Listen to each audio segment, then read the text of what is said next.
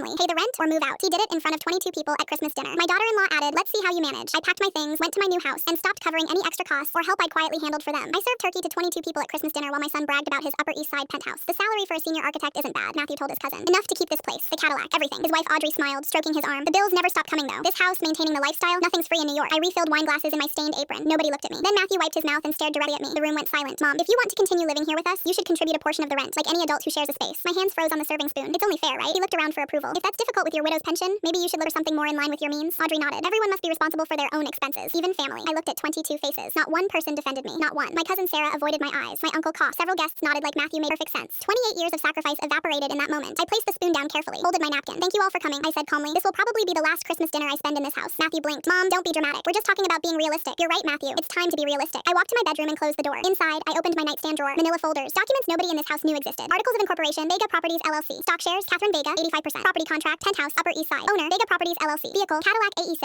Registered to Vega Properties LLC. Authorized user, Matthew Vega. Credit card, primary account, Catherine Vega. Additional card holder, Matthew Vega. I called James Torres, my company's executive director. I need you to prepare all documents related to Matthew first thing tomorrow morning. Catherine, are you sure? Completely sure. It's time for my son to learn what independence really means. I packed my suitcase, 3 blouses, 2 pants, 1 sweater. Everything fit in half a suitcase. Matthew had no idea. He'd been living in my penthouse for 3 years, paying Woody $400 monthly rent for a place worth $3,500. He drove my Cadillac. He and Audrey spent $47,000 in 6 months on my credit card. $847 dinners, $3,400 handbags, $2,200 hotel suites, while I wore the same coat from 5 years ago. I dragged my suitcase down the hall. The wheels screeched. All 22 heads turned. Audrey spoke first with that condescending smile. Catherine, don't be dramatic. No one's telling you to leave. You're right, Audrey. It's time for all of us to be responsible adults. Matthew stood up. Mom, where are you going? I didn't mean leave tonight. I understood perfectly. You believe this house is yours, the car is yours, everything is yours because of your effort. I paused. Because it is. Audrey stood too. Matthew works hard. He gets up early, works late. Nobody gave him anything for free. I looked her dead in the eyes. You're right. Nobody gives anything for free. I opened the door. Merry Christmas, Matthew. The elevator descended in silence. The doorman looked surprised. Robert, when they come to pick up the gray Cadillac tomorrow, parking space 7, allow them access. They have company authorization. He blinked, confused, but nodded. My company car waited outside. I settled into the back seat, heading to my real apartment. 850 square feet on the Upper West Side. No doorman, no luxuries. Where I actually lived. That night, I logged into Vega Properties. 3 clicks, lease termination notice, vehicle return request, credit card cancellation. The next morning, Matthew opened his email at 9:15 a.m. Formal notification, lease agreement termination. Vacate property by January 31st. He called the administration office. Panicked. There must be a mistake. No mistake, Mr. Vega. The owner decided not to renew. It's their legal right. Who is the owner? I need to talk to them. That information is confidential. What's the market price if I reapply? $3,800 monthly. His salary was $2,800. At 10:30 a.m., 2 men in reflective vests arrived at the penthouse. We're here to recover the Cadillac AE6, company property. Your authorization has been revoked. Matthew stood frozen. That's my car. According to our records, it was never yours. Sign here, please. At 12:45 p.m., Audrey's card declined at Nordstrom. She called the bank. That card was canceled yesterday at the primary holder's request. The primary holder? Who? Catherine Vega. That evening, Matthew searched online. Found a photo from 2015. His mother in the background at a Vega Properties inauguration, talking to executives who clearly reported to her. He found her listed. Catherine Vega, principal shareholder. His hands shook as realization hit. The penthouse was hers, the Cadillac was hers, the credit card was hers, everything. Absolutely everything. And he told her to pay rent in her own house. Matthew collapsed on the couch, staring at his phone, finally understanding what realistic actually meant.